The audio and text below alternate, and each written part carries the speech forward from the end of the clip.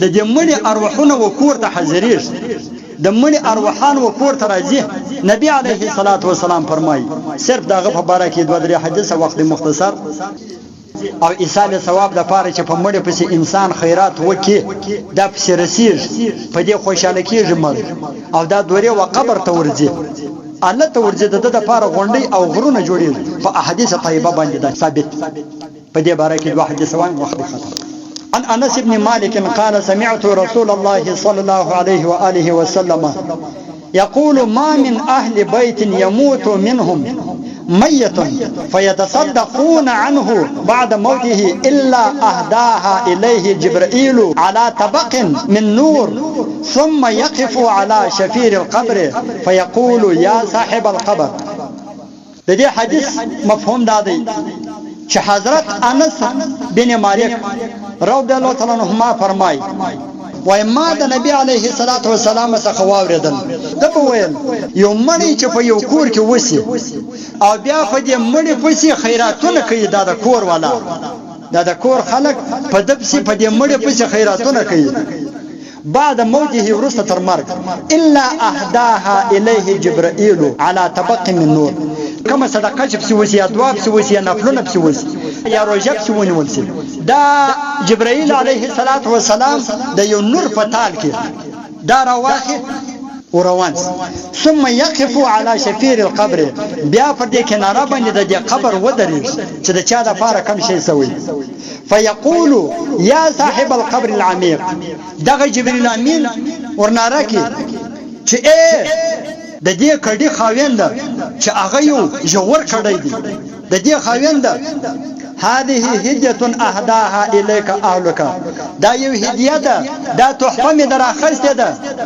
چې ستا اهل یا ستا زوی یا ستا پلار یا ستا مور یا ستا لور یا ستا ورور یا ستا خور پتا پسې دغه کړه ده فاقبلها دا قبول کا فيدخل عليه دا ور داخل مړی واه دا مړی په دې باندې ډیر سخت خوشاله لکه چې و موږ وته ته یو ډیر غټ سړی د لیره ځګي څخه یو تحفه راوستي او غټه تحفه راوستي څونه به خوشاله بابا پلان کې تحفه راستولې دغه رقم د مړی وای په خوشاله سي د دې روح درته وقبر ته ولاړ سي دا شبلار سي ويحزن جيرانه او نږدې چې کوم دا قبر ته نږدې دي دا کسان خوابد الذين لا يهدى اليهم بشيء چې دا هغه خپلوان په هغه شي نه کوي هغه خوابد سي چې پلاکه خو ګره دی خوشاله دي پلاکه ته خدای شان روان دي مش بس شي نه په مش نه دواسته لکه نن سبا یو خو ګس داسې پرکې په مش کې ستاسو د شي ختمول غواړي او بیا که ګس ختمول هم نه اې د نن سبا اولاد کمور مړس کفلار مړس نه بیا شي نه دی پیا بس درې ورځې بعد شي سوسو نو وسو پاتا وسو نو وسو بس دا غم آباد بیا پلار د چا پیا مور د چا پیا د دې حقوق د چا پیا شي بیا نه په مور په ستاره کم شي وځ دا وای خوشاله کیږي دا نور چې هغه نږدې هغه وای خو بده په مور خپلوان شي نه لري په مور خپلوان شي کړی وای نو موږ دا رقم خوشاله وای نو موږ دا رقم په خوشالي کوي موږ هم د زیری کولای پر خلکو باندې خو څه کوي په مور خپلوان شي نه لري دا خدا دې چې رسیږي حتی چې په ډیرو حدیثو کې راځي چې د هر جمعې په ورځ باندې د دې مړو ارواحان کور ته راځي د هر جمعې په شپه او ورځ باندې په دې کور کې حاضرېږي او په زور غرغړې او نارې وایي و دې خپل قربانو ته څه وایي چې په موږ څه شی وکړي موږ خلیل اسمای نه کوي موږ چې دا دونه دنیا در پرېښول خو ارمان چې موږ په دنیا کې په خپل ژوندۍ کې کړی وای نن به موږ وتی ته نه وای محتاج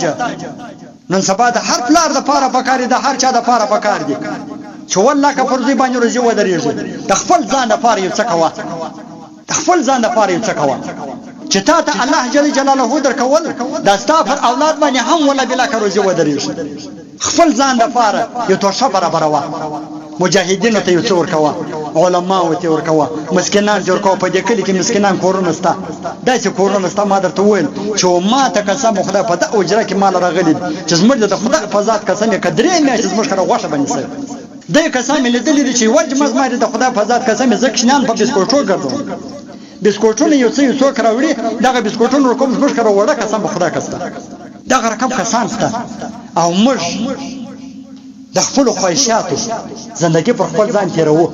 د خواهشاتو موافق د اولاد خواهش هم ور کوم د ښځې خواهش هم ور کوم د خپل ځان خواهش هم ور کوم لیکن اخرت مې ویرد نه نه نه دا اولاد والله که ان شاء الله په شو چاته نو سبا ورس کتاب لیکلی دی چې د بل په بتی باندې لا تک مکو د شپې د بل په بتی باندې لا مت ولې چې هغه نو شاته کله د خپل کار لپاره ته په جرکا کې نن خپل بتی چې در سره چې په اړه خو باندې کوي په خو باندې روانې په خپل بتی باندې باید انسان روان دا د بل و بتی د انسان نو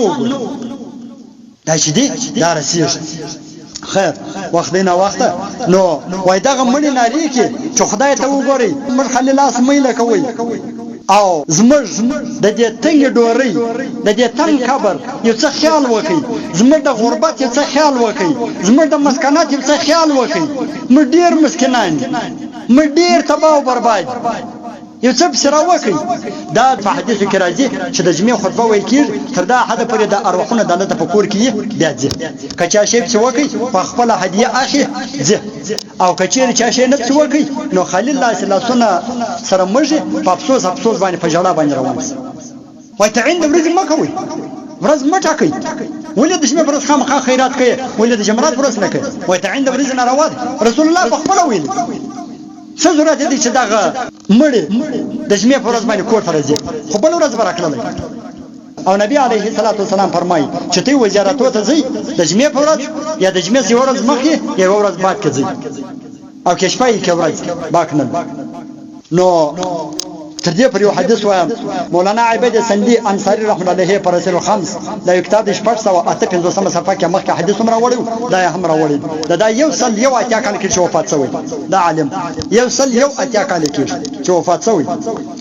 عن النبي صلى الله عليه وآله وسلم كأنه قال والنبي عليه الصلاة والسلام وفرمایل ارواح المؤمنين يأتون في كل ليلة الجمعة چې ارواحونه د دې مړو د هر جمعې په شپه باندې او د هر جمعې په ورځ باندې و دې کورو ته راځي حاضرېږي فیقومون بفناء بیوتهم دا د دې کمرو یا د دې کورو په داسې ډو کې ودرېږي د ارواحونه په کورو کې ودرېږي و داسې ډو ثم ينادي بیا دا आवाज کوي كل واحد منهم وهر وتفنمن موای چې هر یو راوځي یا دنونه فنمن مورته وای بصوت حزين په یو ډیر غمګین आवाज باندې دا ناری کوي چې هغه आवाज بیل پیرانانو او بیل انسانانو ارشه سوای یا اهلی از ما خویندانو و یا اولادی از ما اولادو و یا اقربائی از ما قربانو رحمكم الله الله دې پرتی باندې رحم وکي اعتفو علينا فرمر باندې قسم مهرباني وکي بصدقه فصدقه سره فخيرات سره خيرات سره وکا او دعاء یا دعاء را توکا واذكرونا مش ذکر کو خدای ته وګوره ولا تنسونا مش مو يروا یو شی سره وکا ورحمونا فی غربتنا او زمج پر دې غربت باندې پر دې مسکنات باندې رحمت وکړه رحم پر وکړه لږ مهرباني را باندې وکړه ينادي كل واحد منهم په حدیث کې راځي چې دا وهر وته دا ځخ کوي او هر یو د دې څخه دا ځخ کوي د دې مړو څخه باکیان حزینن په ډیر افسوسناک ژړا سره دا ځخی دا ناریوي حتی یخطب الخطیب یوم الجمعه عالم مبشن د جمعې د منځه د پاره چې خطبه وای تر دغه حد پورې په دغه وخت څخه بیا دیږي دا وخت څخه بیا دیږي او دغه رقم حضرت مولانا علامه علي بن احمد الغوري حنفي مذهب دی د په خپل کتاب کنز العباد 233 صفحه کې فرمایي عن ابن عباس يقول إذا كان يوم الجمعة أو يوم عيد أو يوم عاشوراء أو ليلة من شعبان يأتون أرواح الأموات خير حديث وجدي لديه مفهوم نادي عن ابن عباس يقول حضرت ابن عباس رضي الله عنه النبي عليه الصلاة والسلام دا أكازو لديه فرماي إذا كان يوم الجمعة شكله ورد الجمعيسي أو يوم عيد يا دا أختر أو يوم عاشوراء يا دا محرم فنصم باجي أو ليلة النصف کې ان شعبان یا په پنځلسي باندې چې پنځلسمه موږ پنځلسي ورته وایو د پنځلسي په شپه باندې یاتون ارواح الاموات دغه ارواحونه د دې مړو راځي و د خپل کورو ته ويقومون على ابواب بيوتهم پر دې دروازو باندې د دې کمرو یا د دې کورو ودرېږي فيقولون دی فوای هل من احد يذكر آیا پتی کی څوک شته چې موږ یاد کی او زموږ غریبی یاد کی یا من سکنتم بیوتنا ای هغه کسانو چې د زموږ کورونه وتی د په میراث کې در پاتې سلو ای زما اولاد چې د زما کور وتی د په میراث کې در پاتې سلو ای زما شذي د زما کور چې وتا د په میراث کې در پاتې سلو او ته په دې کور کې وسیږي و یا من اقمتم فی اوسع قصورنا او ای هغه کسانو چې تی ته د زموږ غټ بنگلې در پاتې سولې او زموږ پیسې در پاتې سولې او زموږ جایداد در پاتې سولو زموږ دنیا در پاتې سوله او د پراخي بنگلې مې در پاتې سولې ونحن فی ضيق قبورنا او موږ په دغه تنګ قبرو کې په دغه غټو بنگلو کې خو زوم لیکن نن په دې تنګ ډوري کې په دغه تنګ لحد کې او په دې تنګ قبر کې ويا من نکحتم نساءنا او ای هغه کسانو چې تاسو زموږ شذې په نکاح کړي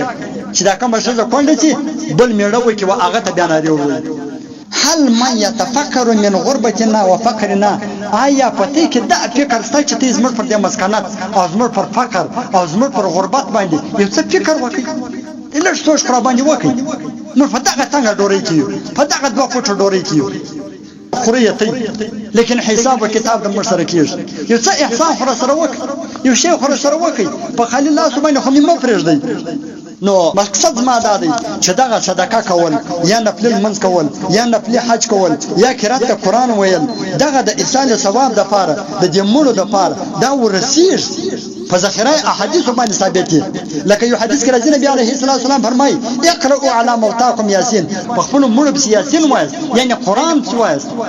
تلاوت کوي او دا غره کله یو صحابي د نبی عليه الصلاه والسلام څخه پوښتنه وکړ ول یا رسول الله ما د خپل مور پلار سره په دنیا کې په ژوندۍ کې شور سره کول و چې دی وفات شوی دي کوم حسن سلوک سره وکم آیا و شور سره کوي سم نو نبی عليه الصلاه والسلام ورته فرمایل چې و د مرګ بعد حسن سلوک ورسره کوي او د مرګ بعد حسن سلوک او شد دغه دي چې د خپل منځ سره د دې د پاره یو دوه رکعات نفل کوي او د خپل صدقې سره د په نیت باندې صدقه کوي او د خپل روزي سره د دې د پاره یو روزه نشي او د دې ثواب تور بخشي ان تصلي اللهم مع صلاتك ان تصوم اللهم مع صومك چې د خپل منځ سره یو دوه رکعات منځ کوي او د خپل روزي سره یو روزه نشي او د دې ثواب تور بخشي لہذا د اهل سنت والجماعت دغه عقیده ده چې مړو ته دغه ایصال ثواب دا ورسیږي او ارقونه وکورته راځي بس خدای پاک دې پر دې خبرو باندې عمل کولو توفیق را نصیب کړي او خدای پاک دې عمر ته دومره قدر توفیق راکړي عمر ژوندۍ ته چې په خپل مړو پسې شی وکړي او په دې خپل مړو پسې خیرات وکړي او د خپل مړو په دې دعا کې یاد ساتو او خدای پاک دې عمر ته دومره قدر جرأت نه راکړي او دومره قوت او طاقت نه راکړي لکه دا بعضی فرقې چې کم دي چې فردا رقم کسانو باندې موږ د مشرک ټاپی ولګو یا پر صدقې باندې یا پر شی باندې خدای مې زدا فرقو څخه وساتي او ما علينا الا البلاغ المبين